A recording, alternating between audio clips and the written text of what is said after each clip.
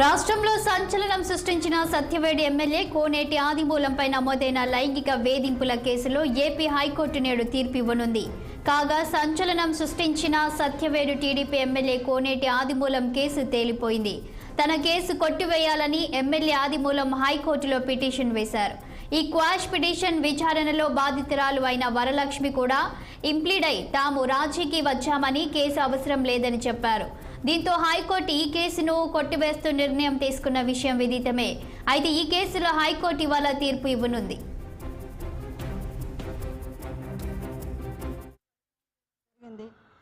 అది గుర్తించిన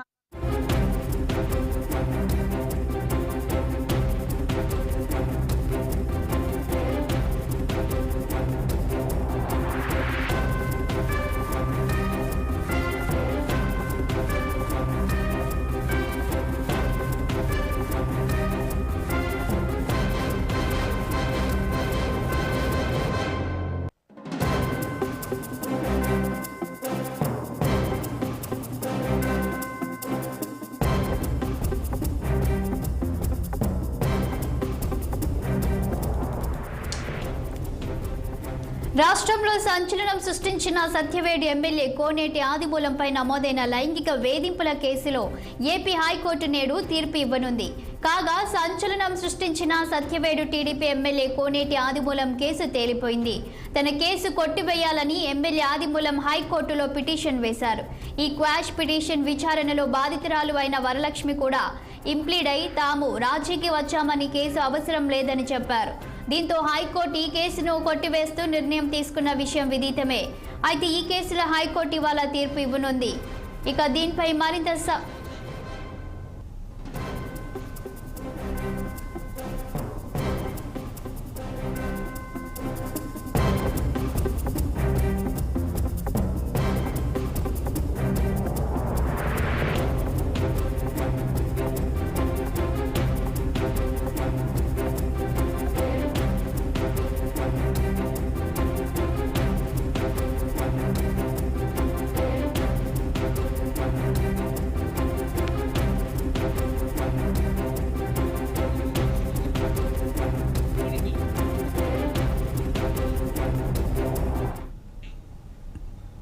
రాష్ట్రంలో సంచలనం సృష్టించిన సత్యవేడు ఎమ్మెల్యే కోనేటి ఆదిమూలంపై నమోదైన లైంగిక వేధింపుల కేసులో ఏపీ హైకోర్టు నేడు తీర్పు ఇవ్వనుంది. ఇక దీనిపై మరింత సమాచారం మా ప్రతినిధి కృష్ణ అందిస్తారు. కృష్ణ, చెప్పండి. ఇక సత్యవేడు ఎమ్మెల్యే ఆదిమూలంపై కేసు నమోదైన విషయం తెలిసిందే. అయితే బాధితురాలు రాజీనామాకు వచ్చినట్టు తెలుస్తుంది. దీనికి కారణాలేంటి? ఫస్ట్ ఏదైతే రాష్ట్రంలో సంచలనంగా మారినటువంటి ఆదిమూలం అంటే Satyavedu MLA, Telugu Desam party MLA ఎవరైతే ఉన్నారో ఈయన పైన ఏదైతే అత్యాచారం కేసు అయితే నమోదైంది.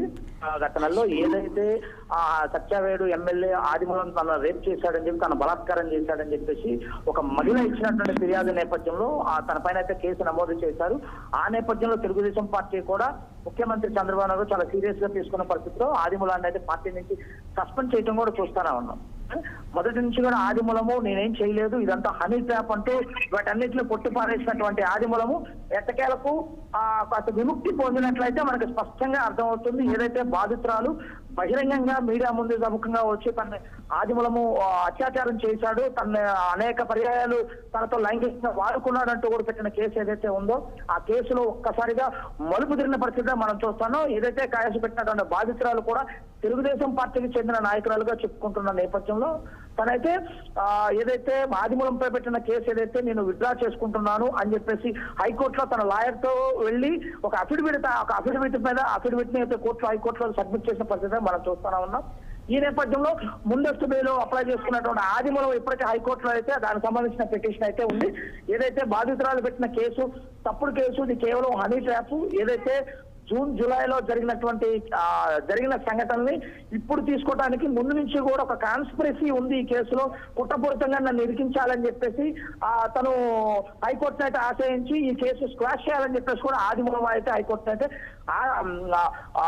చేరుకోవటం అయితే మనం చూస్తాను. కానీ ఏదేమైనప్పటికీ గతంలో వైఎస్ఆర్ కాంగ్రెస్ పార్టీ ఎమ్మెల్యేగా పనిచేసినటువంటి ఆదిమూలము మొన్న జరిగినటువంటి 2024 ఎన్నికల్లో టికెట్ అంటే ఆశించినటువంటి ఎవరైతే ఆ సచివేళ్ళు ఆశించినటువంటి తెలుగుదేశం పార్టీ సభ్యులు ఎవరైతే ఉన్నారో వారికి కాకుండా ఆదిమూలంకు టికెట్ కేటాయించడంతో వారంతా కూడా బలవంతంగా ఈ మహిళతో ఆదిమూలంపై కేసు నమోదు చేయించారని చెప్పేసి కూడా అక్రమంగా కేసును కూడా హైకోర్టుకు అయితే తన దృష్టికి అయితే తీసుకురావడం అయితే చూస్తాను. ఈ అన్నిటి నేపథ్యంలో ఒక్కసారిగా ఈ కేసు మలుపు జరగటం చూసుకున్నట్లయితే ఈ రోజు ఇచ్చే తుది తీర్పు అంటే కోర్టు కూడా కొన్ని కీలక వ్యాఖ్యలు అయితే గతంలో అయితే అంటే వేరే కేసుల్లో అయితే కొన్ని కీలక వ్యాఖ్యలు చేసింది. ఏదైతే సంచేష్టలు సృష్టించిన కేసులో నిజంగా నిర్ధారణ అయిన కేసుల్లో ఏదైతే జరిగినాయో జరిగిన తర్వాత ఆ ఇద్దరు కాంప్రమైజ్ అయిపోయి కోర్టుకు వచ్చి మేము కాంప్రమైజ్ అని చెప్పినా కూడా ఇది నేరం జరిగింది కనుక అలా కాంప్రమైజ్ అవడానికి వీల్లేదు అంటూ కూడా హైకోర్టు ఆగ్రహం వ్యక్తం చేసిన సంఘటనలు గతంలో చూసాం. ఆ నేపథ్యం తీసుకున్నట్లయితే ఈ కేసు ఇప్పటికే హైకోర్టులో చూసుకుంది. కానీ ఇద్దరు మేము కాంప్రమైజ్ అయిపోయామని చెప్పి బాధితురాలు కోర్టు దగ్గరికి వెళ్ళటము, ఈ ఆదిమూలం కూడా తన కోర్టుకి ఈ కేసు స్క్వాష్ చేయాలని చెప్పడం తీసుకున్నట్లయితే హైకోర్టు ఏ నిర్ణయం తీసుకుంటుందా అని చెప్పి చాలా ఉత్కంఠంగా అయితే కొనసాగుతుంది.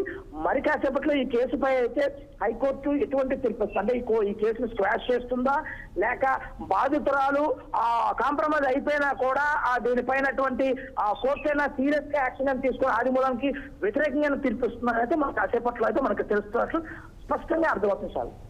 ఎస్ కృష్ణ, ఇక్కడ చూసినట్లయితే ఇంతకీ ఎందుకు బాధితురాలు అతనిపై కేసు పెట్టింది, మళ్ళీ ఎందుకు రాజీ పడుతుంది, అసలు రాజీ పడడానికి ఉన్నటువంటి ప్రధాన కారణం ఏంటి? అంటే ప్రధానంగా ఆదిమూలము వైఎస్ఆర్ కాంగ్రెస్ పార్టీలో ఎమ్మెల్యేగా పనిచేశాడు. అక్కడి నుంచి మళ్ళీ 2024 తెలుగుదేశం పార్టీకి జంప్ అయ్యి అక్కడి నుంచి మళ్ళీ తెలుగుదేశం పార్టీ టికెట్ అయితే పొందడం అయితే చూసి మళ్ళీ ఎమ్మెల్యేగా గెలుపొందారు. ఈ నేపథ్యంలో ఎవరైతే ఈ సత్యవేడులో తెలుగుదేశం పార్టీ నాయకురాలుగా చెప్పుకున్నటువంటి కేసు పెట్టిన మహిళ కూడా తెలుగుదేశం పార్టీ నాయకురాలుగానే కొనసాగుతున్నారు. ఏమిటో అనేక పర్యాయాలుగా అక్రమ సంబంధం కొనసాగిస్తున్నటువంటి ఆదిమూలం అంటే కూడా అంటే అక్కడ ఉన్నటువంటి నాయకులు చెప్తున్న పరిస్థితి కానీ ఆమె ఏదైతే ఆరోపిస్తుందో ఆరోపణలన్నీ కూడా ఇద్దరి మధ్యలో అయితే ఒక లైంగిక సంబంధం అయితే గత కొంతకాలంగా కొనసాగుతుందని చెప్పేసి కూడా అందరికీ తెలిసిన విషయమే. ఇప్పటికే ఒక సోషల్ మీడియాలో కూడా కొన్ని వీడియోలు కూడా వైరల్ అవుతున్న విషయం మనం చూస్తానే ఉన్నాం. ఆ విషయాన్ని ఏదైతే ఆదిమూలం కూడా స్పష్టంగా చెప్పారు, ఇది హనీ ట్రాప్ అని చెప్పడం తీసుకున్నట్లయితే గతంలో ఇద్దరికి కూడా లైంగిక సంబంధాల నేపథ్యంలో ఉంది అని మనకు స్పష్టంగా అర్థమవుతుంది. కానీ వీటన్నిటి వెనక కేసు ఆదిమూలంపై కేసు పెట్టడానికి కూడా తెలుగుదేశం పార్టీలో ఉన్నటువంటి అక్కడ ఉన్నటువంటి లీడర్స్ ఎవరైతే టికెట్ ఆశించి భంగపడ్డారో వారు ఆమె వెనక ఉండి కేసు పెట్టించడంలో కీలక పాత్ర వహించారని చెప్పేసి కూడా ఒకంత అక్కడ వినిపిస్తున్నటువంటి మాట. కానీ ఏదైతే ముఖ్యమంత్రి సీరియస్ గా తీసుకోవటం, దాంతో పాటు ఆమె తెలుగుదేశం పార్టీ నాయకురాలుగా ఉండటం, ఎమ్మెల్యేగా తెలుగుదేశం కొనసాగటం, ఇవన్నీ తీసుకుంటే ఎందుకు ప్రభుత్వంతో వ్యతిరేకంగా వెళ్లాలని ఒకంత ఆలోచనతో పాటు ఆదిమూలం నుంచి కూడా ఒకంత కాంప్రమైజ్ అవటానికి మధ్యలో జరిగినటువంటి కొన్ని లావాదేవీలు కూడా ఆమెకు ముట్టున్నాయి అని చెప్పేసి అయితే ఒక బహిరంగ రహస్యమే. ఈ నేపథ్యంలో కేసు విత్డ్రా చేసుకుంటుందని చెప్పేసి ప్రస్తుతం మనకు వినిపిస్తున్నటువంటి మాట. చాలా ఓకే, థ్యాంక్ యూ కృష్ణ.